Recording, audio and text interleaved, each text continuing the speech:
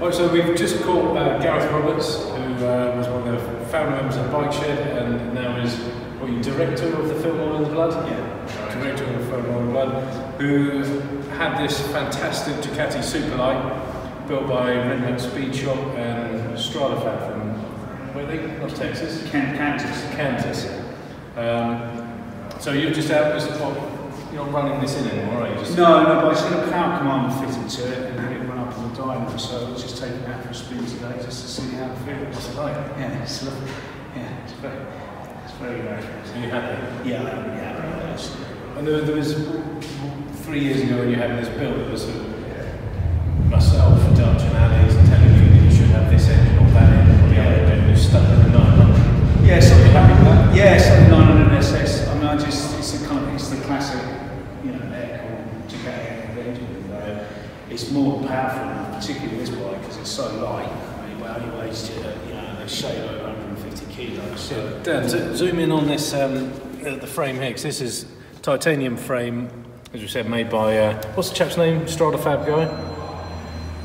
Is it Alan? Kevin? I can't remember. Randy, that's it.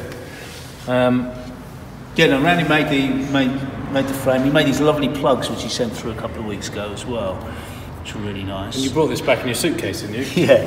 Well, what happened was because he'd never, it was a one-off frame.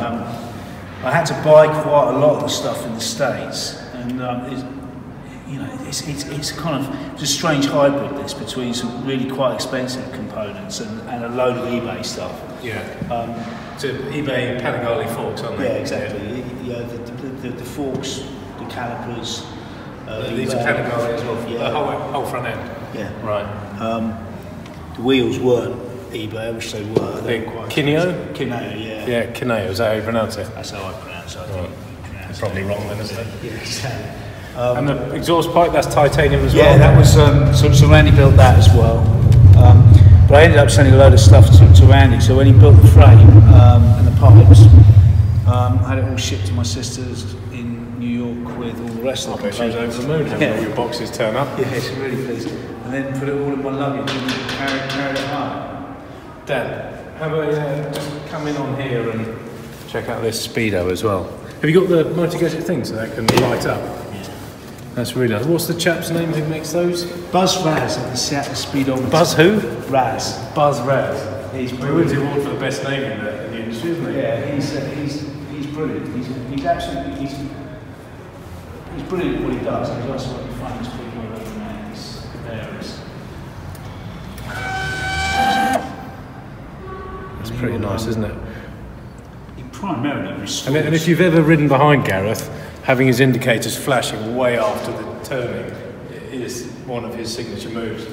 Well, I don't tend to use the indicators on this because these fucking motor gadget buttons are so small that I can't get my big stubby fingers on it. So. And you haven't got mirrors? No mirrors. So at the back, Dan, what's this thing? Tell us about this thing. This thing is a rear view camera by a company called Zona, and they literally just launched them recently. But what's it called? Zona. Z-O-N-A. And basically what happens is that you have the camera here, then you have a receiver on the back of your helmet. Right. And then you have this contraption inside, which essentially has a little screen in it. I don't know. Well, like a head-up display. Yeah. Oh, that's pretty cool. So you then just have, does it project into your eyes? No, you just have it in your periphery vision because it's so close to you. It's the equivalent of having a screen this size. So that's pretty cool. And you've got a custom head and heroin racer. Yeah. It's nicer than my one. Why is that? Because I'm nicer to them than you are. Oh, I'm very nice to them. No, they did me a big favour. And is this the first run of this Zona thing today? Yeah, and it's pretty good. It's pretty good. I mean, I'm probably going to find somewhere a little bit more elegant to mount the camera than that. But would it get a bit hot in there, isn't it? I was thinking it might probably get a bit hot there. I don't know. These pipes don't get too hot actually because they're. Do you think that housing could come apart and just have a lens out of it and then hide it up in there? Well, I suppose that's going to get hot as well, isn't it? Yeah, but I was thinking maybe just in here. Maybe put a smaller indicator in and then just have them sat out there. Yeah. I mean, I'm going to get used to it first and see whether it's something I want to keep. And if I do, then I could even just drop the number plate down and have this poking through, you know, drill a hole in the bracket there and have that, so have it sat behind here and just having the lens poking through there. Yeah.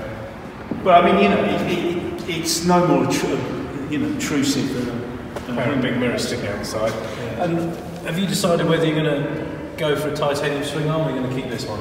I want a titanium swing arm. It's just it's a money thing, really. I mean, Randy is going through manufacturing at some point. Well, it's only right then that he looks after all his best customers. no doubt. He'll persuade me that it's essential that I have one. Yeah. But, and these are from him as well, aren't they? These camo covers. Yeah, definitely him. As are these lovely belt tensioners as well. Sandy belt tensioners. Nice. Yeah. So he machines this whole bracketry there and then pops his own bearing on. Yeah. They're rather nice, aren't they? Yeah. There's other bits and pieces of his gear linkage here. Titanium is one of his. I'm not sure you can get that down. It's quite dark down there. As is the sprocket cover, the front sprocket cover. He's got all sorts of lovely bits and pieces coming. He's got the cam covers. He's actually building. These aren't his yet, but he's building some titanium cam covers to go. And who did the triple clamps? A company called Performance Parts in Germany. They were really good, actually. They're pretty nice. Because it was marrying this frame to Panigale forks. And was that a ball leg? yeah. Well, you've got three things to make sure that you get right, which is obviously the front wheel, because it's not standard Panigale wheel, so you've got to make sure that the wheel's the same dimensions to fit the forks, and then you've got to make sure that the forks fit the frame, so it was a bit of fiddling around, but they got it right first time, which was good, but that could have been an expensive mistake to make. So we discussed this earlier, you're going to bring this to the Cafe Racer Cup in July? Yeah. Maybe do a parade lap rather than a hot lap? I'm going to do a parade lap, I'm going to do a hot lap. Get rid of your chicken strips? Well, I'm not like I'll start getting competitive. So throw it. When do I get to go? You get to go to something, it's going to be dry. It's dry today, I'll go today. It's January today. It is January, actually. Yeah, so viewers, it's nice to see that a show bike and a poster bike is being ridden on a okay-ish January day. We cop quite a bit of grief sometimes for featuring all these bikes that are supposedly built and never ridden, but that's like horseshit, isn't it? Yeah, I mean, I've got nothing against people who build bikes that are kind of art pieces, but this was meant to be a practical bike. Because this is your dream. Yeah, this is my dream motorcycle, really. So it's, I mean, obviously I'm not going to be riding it in the snow and the pissing rain, but I mean, you know, it was made to ride and handle really well, and for me to be able to ride it, you know. So. Speaking of riding, can you fire it up for us? And then what have you done to your gloves? I'll touch these exhaust pipes. It's got to keep my hands warm, basically.